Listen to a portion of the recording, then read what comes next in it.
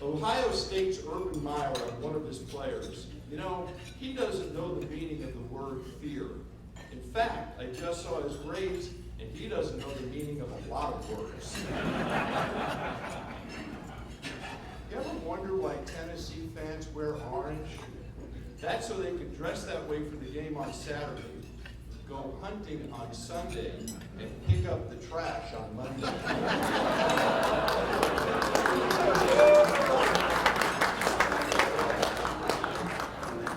Who knows what the average Alabama player gets on his SATs? Anybody? Drool.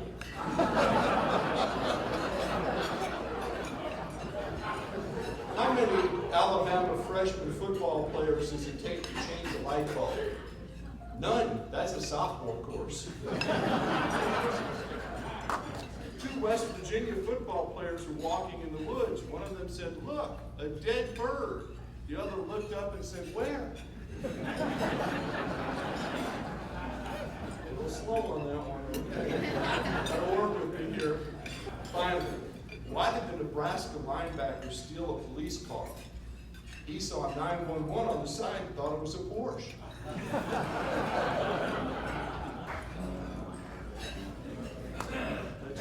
Some of you know that I practice law for a living, and I'd like to relate to you some of the stories from the courtroom. As many of you know, I'm a former judge, and I've heard one or two over my time in the courtroom, and some of them, well, just put it like this. People say the darndest things. So, the attorney, in talking to the witness, said, "What was the first thing your husband said to you that morning?" Witness. He said, "Where am I, Kathy?" Attorney. "And why did that upset you?" Witness. "My name is Susan." Attorney. "What gear were you in at the moment of the auto impact?" Witness. "Gucci sweats and Reeboks." Attorney. "Are you sexually active?" Witness. "No, I just lie there." Attorney. "What's your date of birth?" Witness. "July 18th. Attorney. "What year?" Witness. "Every year." Attorney. "How old is the son, the one living with you?" Witness. 38 or 35? I can't remember which. Attorney. "How long has he lived with you?"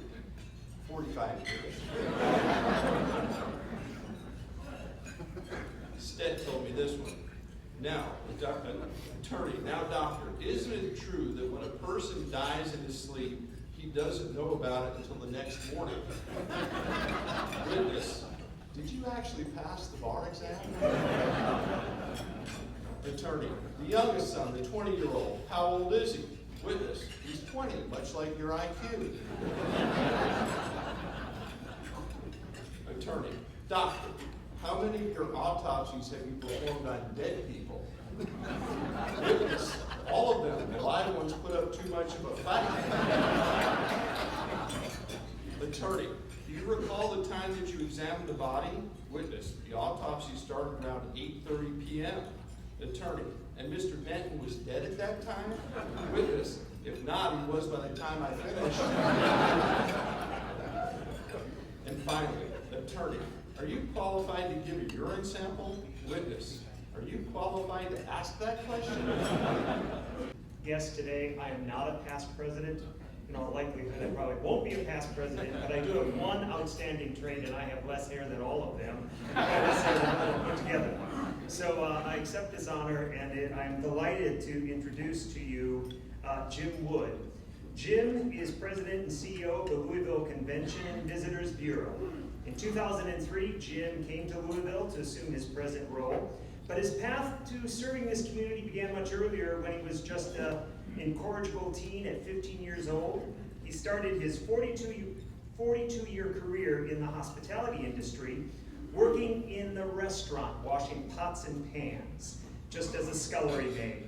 Wood quickly advanced beyond this lowly profession when in 1980 he joined the Marriott Corporation.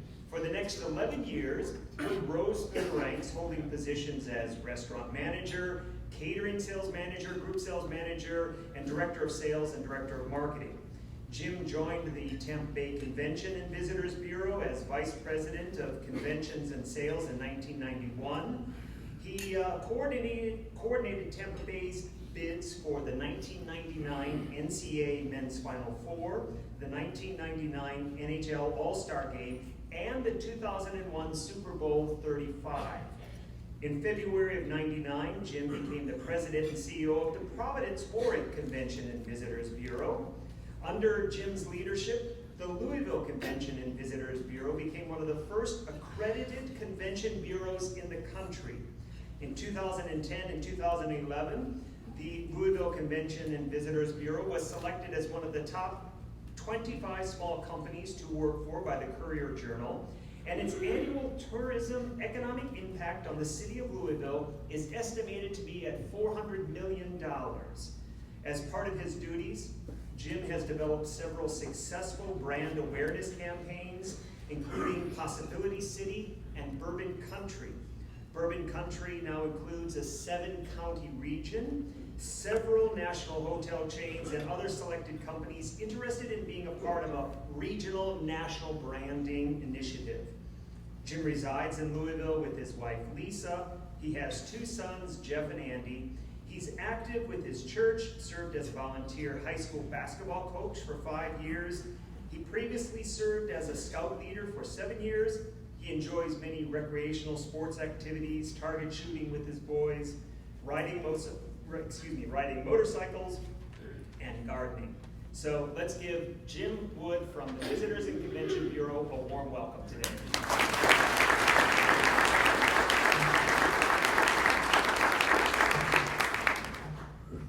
Good afternoon, everyone.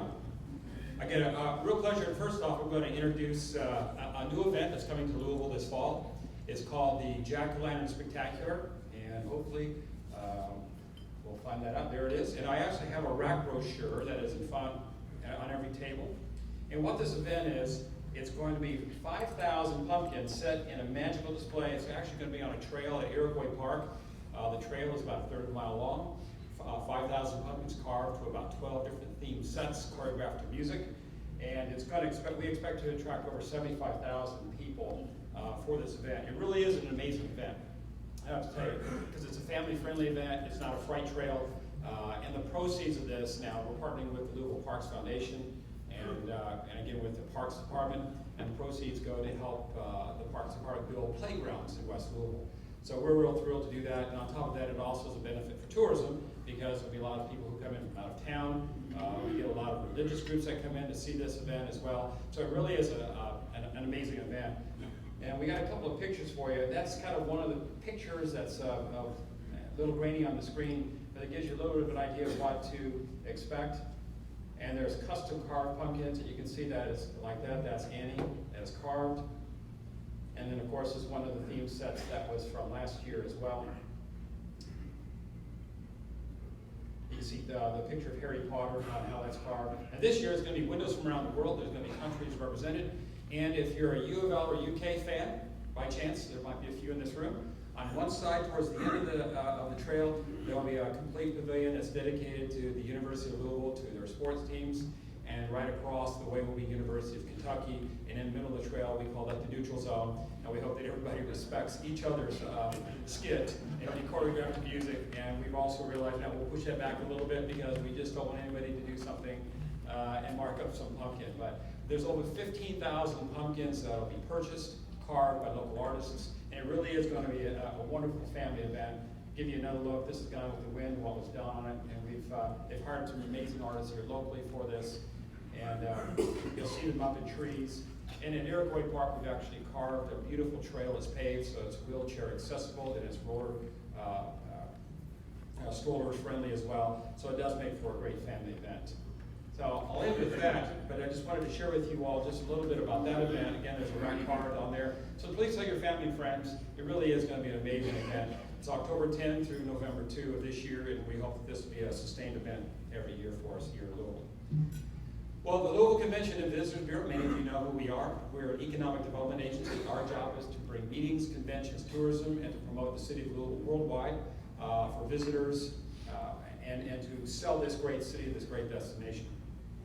This fall is really going to look like it's going to be another great fall for us. We've got a lot of conventions on tap. And if many of you do work downtown this summer, you've seen just the street just with thousands and thousands of convention delegates. And I've heard from many of your constituents who told me they couldn't get their boss in town because the hotels were booked, and they said keep it up because that just means they delay their bosses or their corporate headquarters coming visiting for a few weeks. And we respect that, I understand that, and we'll do everything we can to try to keep the city as full as we can. You know, the tourism industry is we employ almost 25,000 people. And the part that I take real serious is that is what we do. Every day I work for the housekeepers, I work for the bellmen, I work for the cooks. You know, I work for everybody that's related in the hospitality industry. And I always remind our staff that if we don't do our jobs well, and if we don't book meetings and conventions, someone who's a 40-year-old housekeeper who pushes a 50-pound cart doesn't have the ability to clean 18 rooms a day.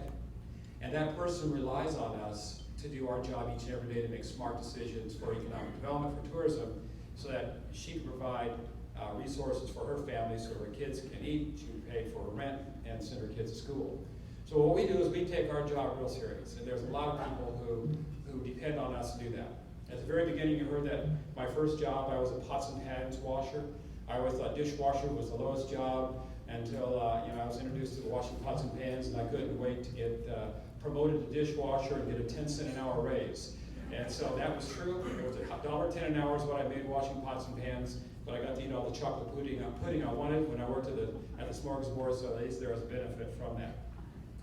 So from an economic development standpoint, back in 1990, the Louisville Downtown Development Corporation did a study on the city and on things that they needed and how to grow the city.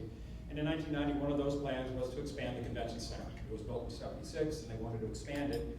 And it took 10 years, from 1990 to 2000, to expand the convention center.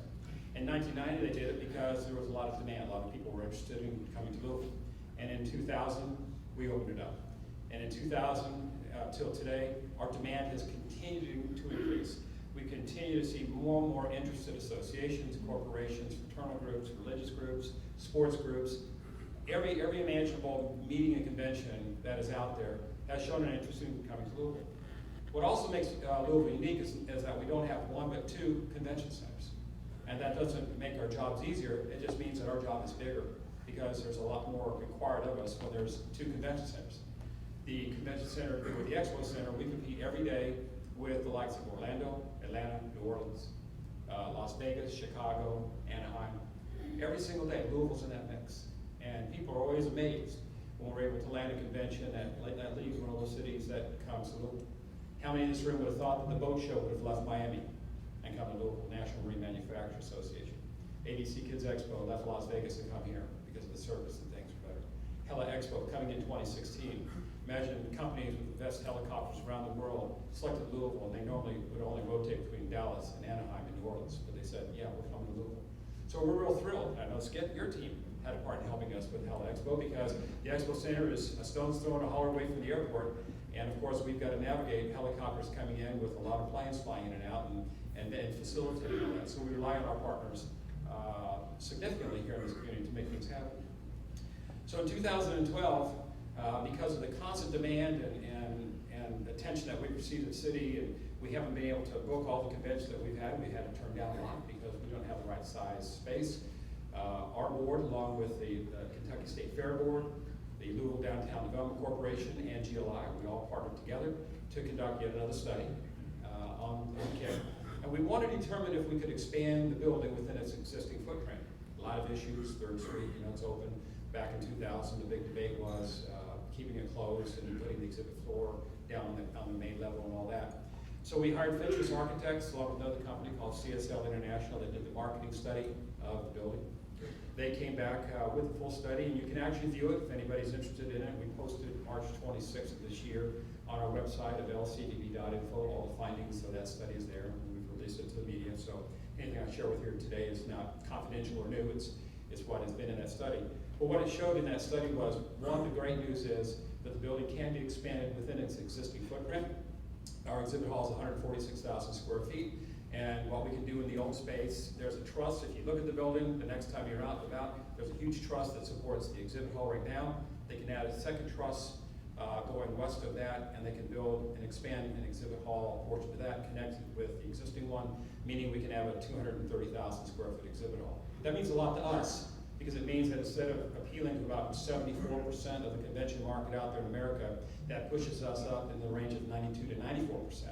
And that's a lot of economic impact that's in that range. That means more attendees, that means more people walking the streets, and every delegate that walks the street is spending about $965. So every person that's walking those streets, look at them as a potential $1,000 bill that's being invested into our local businesses here in Louisville.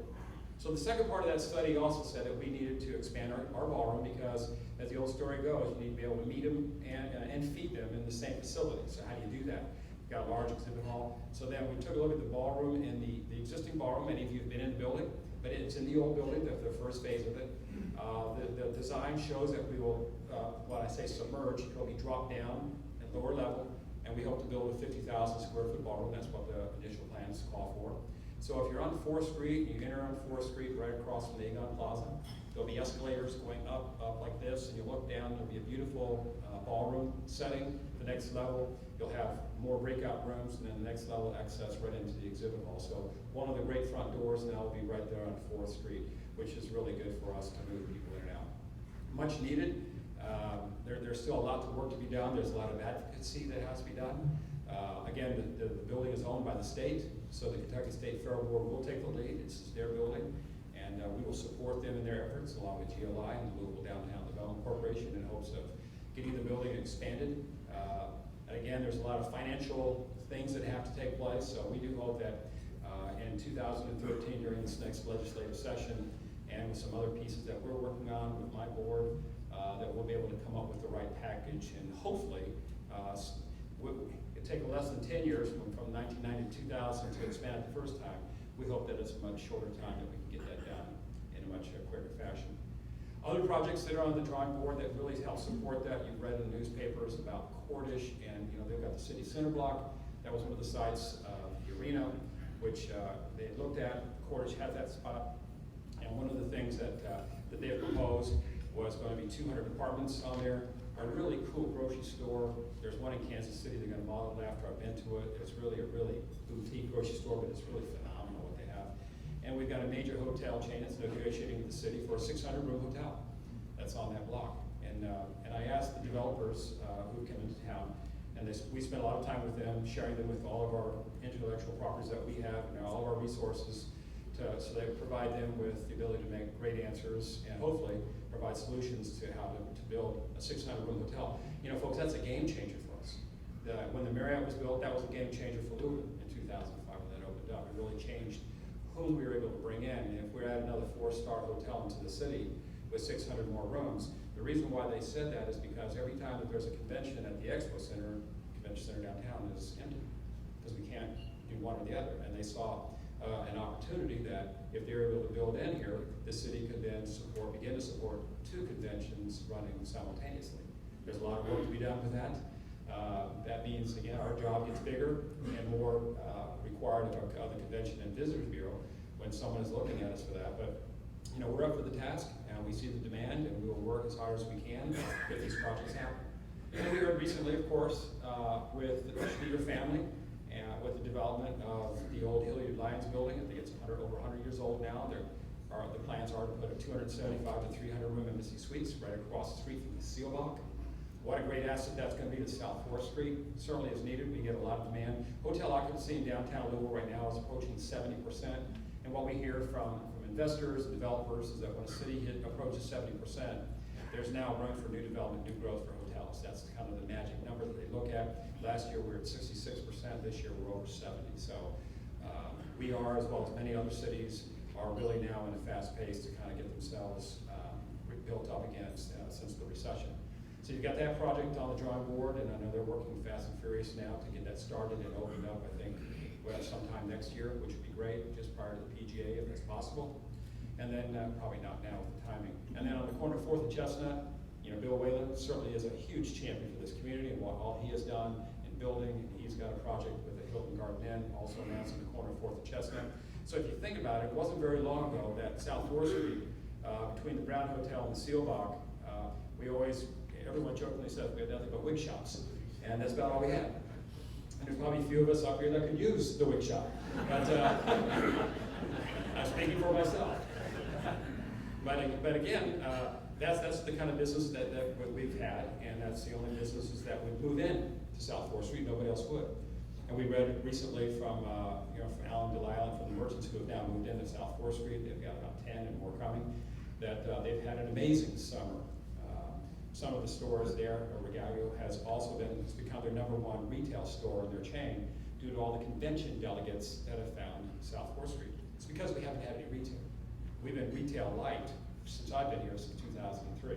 We haven't had anything. I mean, you send people to a drugstore, that was it. And when people would approach me on the streets and say, hey, where do I go shopping? Unfortunately, you've got to send them to a mall. And that's not what people want. When they come to a city, and there's so many cities, and you've all been to some of the great cities in America, people want to be able to walk out of that hotel room, they want to have great dining, they want to have great shopping, they want to have great attractions, they want to be able to be in the thick of it all. And that's why downtowns are so vital and so important, because that's where you can build a vibrant destination. That's where you can draw in visitors from all around the country, from all around the world. So if you look at our footprint today, what's expanded, if you take a look at the convention center, one of the great assets that we have, one, we don't have to bus anybody anywhere. That's great for downtown. Or we have to bus to the expo center, but we don't have to bus anybody downtown. People can walk up and down Museum Row on Main Street with 9 great attractions, world class. We've got 3 of the greatest sports museums in the world here in Louisville, Kentucky. We've got great restaurants now. The footprint of 4th Street Live has expanded north, is expanding south. You've got Main Street that's expanded. The Yum Center has really thrown off a huge boom for economic development. Still needs more to pay for the TIF. But more businesses are coming and more businesses are filling in, and it's just a process of time. So I would tell you that our business has really grown. I'm thrilled to be a representative and to work for Louisville. It's great to get out there and be able to sell this city nationally and internationally. And you'd be amazed on the feedback and that we get from our customers each and every day. Because we know that when we tell people, when Louisville's bidding up against some of the cities that I mentioned earlier, our strategy is real simple. We know that we have to invite an entire board of directors to our city, especially when it was Hella Expo or ABC Kids Expo, and I can go on the list of many, many, many different conventions, that we have to invest a lot more dollars on the front end of trying to make a sale than most cities have to. Most cities can have a meeting or the executive director come in, and that's it. But in our case, we've got to fly in 15 members of that board. We've got to host them in a hotel for 2 nights. We've got to feed them, we've got to take them around so they can make an informed decision. Louisville doesn't sell its own yet on the national stage. We don't. But when we bring people here, Louisville sells very, very well. So that's one of our sales strategies, and one of the reasons why we've been so successful with landing so many unique conventions into this marketplace is because we figured it out. We figured out how to customize our bids for them. And sometimes we've put together custom video presentations. You may have read recently that we just went after the first convention, US First. It's a robotics convention. It's an amazing convention with high school juniors. Every school that competes is given a robot kit. And what they do is their team has to come in and they have to build these robots on site, and they all perform the same way. But it's a science and engineering convention that's looking for a destination for the next 3 years for 2015, 16, 17. We're right in the thick of it, but we're competing with some great cities for that convention. But we had partners that spoke to on that video. This kind of tells you a little bit what it takes, the process. The governor was involved, the mayor was involved, GE was involved, Amgen was involved. We also had Derby Festival, because the convention would be over Derby Festival Week, was involved. Of course, the CVB is involved, Kentucky State Fair Board is involved.